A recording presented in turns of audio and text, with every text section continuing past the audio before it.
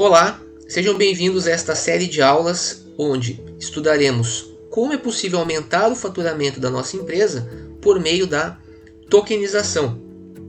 Meu nome é Fernando Lopes, eu sou um advogado com avançados conhecimentos em programação aplicável a criptoativos, reconhecido no Brasil como um dos pioneiros na prestação de assessoria jurídica para projetos de tokenização, e nessa série de aulas eu vou te explicar desde o início do conceito de tokenização até as possibilidades para uso desta importante ferramenta, de modo que você venha aumentar o faturamento da sua empresa. A última aula será no dia 3 de dezembro, onde nós vamos analisar um projeto prático que eu criei especialmente para vocês, que é a tokenização do meu próprio DNA. Veja que interessante. Como será possível tokenizar o DNA? Quais possibilidades de negócio nós podemos extrair de um simples processo de tokenização como esse? Mas isso nós vamos ver apenas no dia 3, porque antes de chegarmos nesse estágio, você precisa entender os fundamentos. O que é a tokenização? Quais são os elementos de um processo de tokenização? E é isso que nós vamos começar a ver hoje. Preparado? Estou muito empolgado. Vamos lá! Olá, sejam muito bem-vindos a mais uma aula do nosso tutorial sobre tokenização de ativos reais, ou, caso você prefira, como você pode aumentar o faturamento da sua empresa utilizando a tokenização. Bem, hoje é a quarta aula. Nós já falamos da relevância para as grandes empresas que estão utilizando tokenização. Já falamos também sobre algumas diferenças do processo de tokenização para outros processos de negociação de bens no comércio eletrônico.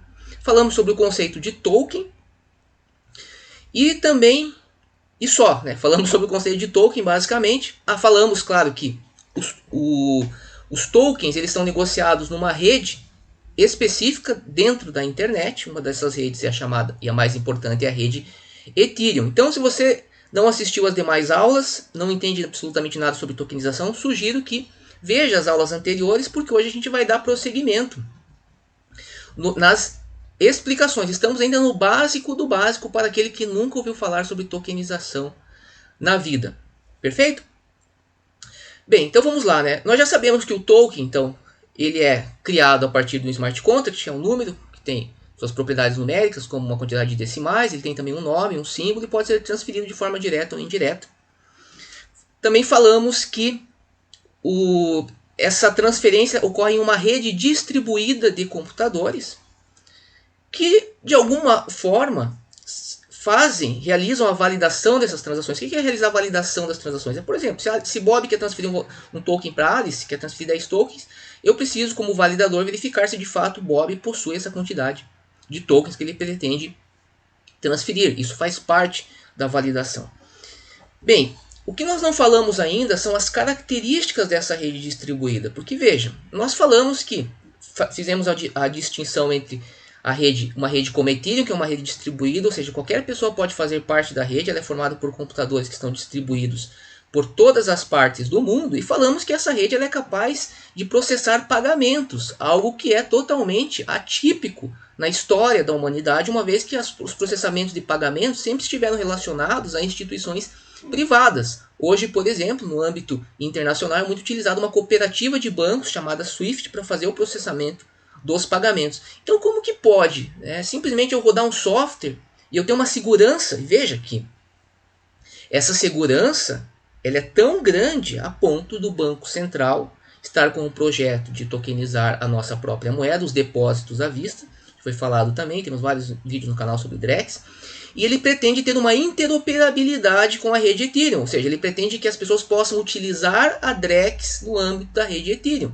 Então, se um banco central, uma autarquia especial, conforme é qualificada juridicamente, está disposta a permitir que as pessoas possam utilizar a moeda brasileira em uma rede cuja validação é de responsabilidade de entes privados, você deve imaginar que essa rede deve ser efetivamente segura. Embora, para quem que são experts, não seja exatamente, as coisas não sejam dessa forma, mas por hora pressupõe que é segura. Depois a gente vai refinar um pouco mais e vamos apresentar alguns riscos, por exemplo, que hoje já existem no âmbito dessa rede. Mas vamos pressupor que é uma rede que tem lá um alto grau de segurança eficiente a ponto de chamar a atenção de toda a economia mundial, de todas as instituições financeiras. Certo? Ok. Então agora, hoje o que eu quero explicar para vocês, até agora a gente não falou de blockchain. Por quê? Porque eu quero que vocês entendam o processo, de modo a fazer sentido. Agora a gente precisa então entender um pouco melhor as propriedades dessa rede, que propriedades que essa rede tem, de modo a ter tal confiança, tal grau de confiabilidade, a ponto de nós termos, por exemplo, experimentos aí como a Drex, ou tentativas, né, conforme nós falamos ali. Né, é um objetivo ainda de ter interoperabilidade, o Banco Central não atingiu esse objetivo, mas há esse objetivo. Então vamos entender, bem, o que faz? A grande pergunta aqui é a seguinte: o que faz uma rede de computadores cooperar? Um sujeito que está na Índia cooperar, de certa forma, com outro sujeito que está na Indonésia, com outro sujeito que está em Singapura, e essa rede funcionar para processar pagamentos. Como que pode uma coisa dessa? Como que isso funciona? A resposta para isso é a mesma resposta para uma questão mais ampla. O que faz uma pessoa cooperar com a outra? Como que eu consigo criar redes cooperativas? O Bitcoin é um exemplo disso. Esse é um tema estudado no âmbito da filosofia política, abordado por Rousseau, por exemplo. No âmbito das redes, da ciência da computação, esse problema de cooperação ele tem um nome chamado problema dos generais bizantinos, que nada mais é do que o velho problema de cooperação. O que acontece? Toda sociedade, você precisa que as pessoas cooperem, só que, veja, por exemplo, o caso lá do Rousseau, que é a caça ao veado. Então você se reúne para caçar um veado. Aí você tem a opção, né? Aí no meio do... todo mundo se divide, você só vai conseguir caçar o veado se efetivamente todos seguirem as instruções e cooperarem. Só que no meio do caminho aparece uma lebre. Aí um sujeito, ele está com fome, ele fala assim: puxa vida, eu vou matar a lebre. Só que se ele fizer isso, o grupo todo vai se dar mal, porque não vão conseguir caçar o veado. Porém, ele pensa assim: se eu não comer a lebre, o que vai acontecer? Pode ser que algum outro indivíduo não coopere e eu vou ficar com fome, porque daí a gente não vai conseguir efetivamente comer o veado. Então observe que é um dilema, certo? Um dilema posto aí de uma forma, vamos usar até uma, com perdão de expressão, uma forma tosca, né, pelo Rousseau, mas é um problema de cooperação. Quais são as formas de resolver? As pessoas elas vão pensar. Primeira forma, você pode pensar que essa é a forma que Jesus Cristo pregou. As pessoas racionalmente elas devem entender que se elas agirem de maneira moral, citei Jesus Cristo, mas há outros pensadores também, se elas agirem de forma racional e de acordo com a moralidade, elas vão cooperar. Porque no final das contas elas vão conseguir ter uma melhor refeição, nesse exemplo ainda do Rousseau. Mas infelizmente o ser humano ele não é racional, ele não age de forma moral e ele sequer é cristão, a bem da verdade. Ele diz que ele é isso, ele diz que é aquilo, mas no final a maior prova é o modo como a nossa sociedade hoje está organizada ou desorganizada. Né? Mas fechando esse parênteses, o fato é que as pessoas não cooperam porque elas são morais. Não. Então elas cooperam pelo medo da pena. E é por isso que nós temos então o direito, e o direito também visando criar esta rede cooperativa, ele cria normas. E a ideia da retribuição. Qual que é a retribuição? Se eu não me comportar, se eu, por exemplo, emitir um token que seja valor mobiliário e falar assim: CVM, não estou nem aí, fizer agir como lá o outrora CEO da Binance, sair por aí vendendo derivativos em toda parte do mundo, não estou nem aí, um dia eu vou ter que pagar o preço, que hoje ele pagou, poderia não ter pago. Aí uma outra questão também, que não vamos entrar aqui, mais relativa à parte de criminologia. Então, essa é outra forma.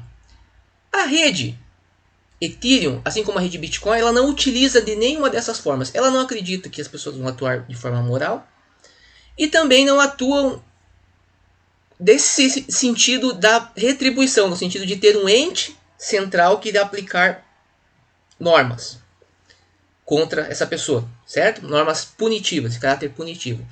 Como que então essas redes fazem? Elas atuam com base na prevenção. Por isso elas são também tão importantes para o âmbito jurídico. Como assim, Fernando? Prevenção. Bem, o Bitcoin, o que ele faz? Ele atua com base no interesse, ele faz com que o ser humano, sabendo que o ser humano ele é egoísta, o que ele faz? Ele faz o seguinte, olha, se você atuar em cooperar com a rede, você vai receber um benefício. Se você não cooperar com a rede, você vai ser automaticamente punido. De certa forma, tem um enfoque punitivo, sim, só que a diferença é que o protocolo ele é organizado de modo que as regras não possam ser violadas. Né? Esse conjunto de regras não podem ser violadas. É diferente do Estado, porque o Estado, eu cometo o crime e aí a regra pode vir a ser aplicada. Coisas que muitas vezes não acontecem, porque daí você tem todo o processo judicial, etc. No caso do Bitcoin e do Ethereum, não. É automático, certo? Eu sequer consigo violar a norma. E tem também essa questão do incentivo. Então são esses dois aspectos também, na verdade, que redes como Bitcoin e Ethereum trabalham, certo? Então você já sabe que a rede Ethereum é segura porque as pessoas são obrigadas, ou os validadores são obrigados a se comportar conforme o protocolo. Isso sempre acontece, Fernando, na prática? Não.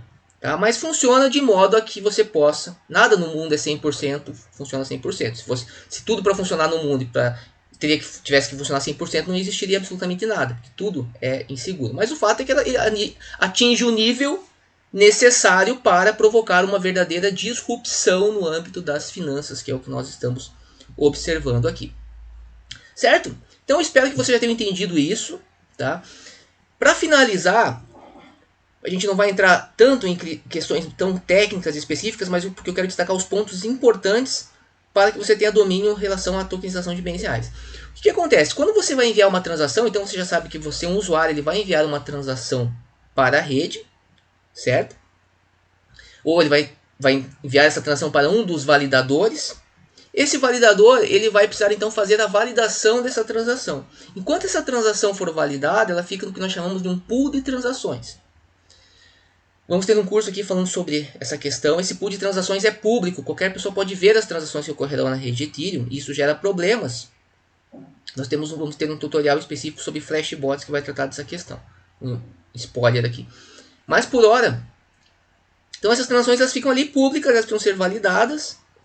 Quando elas são validadas, aí elas são incluídas em uma estrutura de dados que nós chamamos de bloco. O que é o bloco? O bloco, grosso modo, ele é um conjunto de transações que vai ter lá, por exemplo, Alice mandando tantos tokens para Bob e um conjunto de metadados, por exemplo, como o momento em que essa transação ocorreu, entre outros. Mas o que importa efetivamente é que esse bloco, essa estrutura de dados bloco, ela vai ter que, por exemplo, eu recebi a transação, eu coloco no bloco e eu preciso o quê? Submeter essa estrutura para a rede. Desde da primeira transação que foi processada, foi criado um bloco. Aí já, segunda validação, por exemplo, assim, foi criado um segundo bloco. Então você vai tendo vários blocos. E a questão é que eu preciso estabelecer uma relação entre esses blocos. E como que eu faço essa relação entre esses blocos? Da seguinte forma. O próximo bloco que for incluído deverá de alguma forma conter também as transações do bloco anterior. E essas transações elas são contidas em um formato especial chamado formato hash. Basicamente eu pego as transações do bloco anterior, submeto essas transações a uma função matemática chamada função hash. Isso me dá um número, uma sequência de bytes determinística. E eu vou pegar essa sequência de bytes e vou incluir, além das transações que eu tenho, eu vou incluir também no bloco atual. Isso vai sendo feito toda vez que o processo de validação vai ocorrendo. E é por isso que esses blocos que estão ali todos, um com o hash do bloco anterior, isso gera o que nós chamamos então de blockchain. Percebe? Então o que você deve extrair aqui que tem relevância prática? Primeiro, nós já sabemos que o token ele é um smart contract, certo? Criado a partir de um smart contract, está relacionado a um determinado smart contract, que essas transações de envio de token elas são processadas por uma rede. Antes delas serem processadas, melhor, já faz parte do processamento, elas são validadas por um determinado validador, um nó dessa rede, e esse validador, o que ele faz? Ele pega essa transação, organiza ela numa estrutura e inclui ela, submete ela aos demais participantes da rede, de modo a que esses demais participantes possam, por exemplo, verificar se ele fez o trabalho correto. Nós falamos aí sobre métodos de validação, há vários, e isso depende da rede. Tá? Então tem o Proof of Work, Proof of Stake. Então aqui ainda está um pouco, porque eu quero que vocês entendam a essência do negócio. Tá? Detalhes a gente vê mais à frente. Então a essência é essa, eu fazer o trabalho, submeter aos demais, mas o que quero que você entenda então é essa diferença entre a rede, percebe? Uma rede formada por determinados indivíduos com poder de validar transações, o token em si, que é criado a partir de uma smart contract, que está nesta rede, que é submetido a determinados elementos, as transações são submetidas a transações referentes ao token, nós vimos que é direta ou indireta. Essas transações elas são estruturadas em uma estrutura que nós chamamos de bloco, que deverá ser conectada aos demais blocos, e essa conexão ela é feita mediante a inclusão das transações do bloco anterior no bloco atual, no current block, né, como dizem o pessoal lá dos Estados Unidos, e isso é feito mediante a inclusão do hash, que é uma sequência. Percebe? Então a estrutura de dados, que é a blockchain, a tão famosa blockchain, nada mais é do que essa estrutura de dados. Mas percebe que questões importantes, por exemplo, especificamente em relação à segurança, tem muito a ver com como essa rede é formada. Quantos computadores integram essa rede, por exemplo? Outra questão, como que esse token é de fato criado? Como que funcionam as normas desses smart contracts?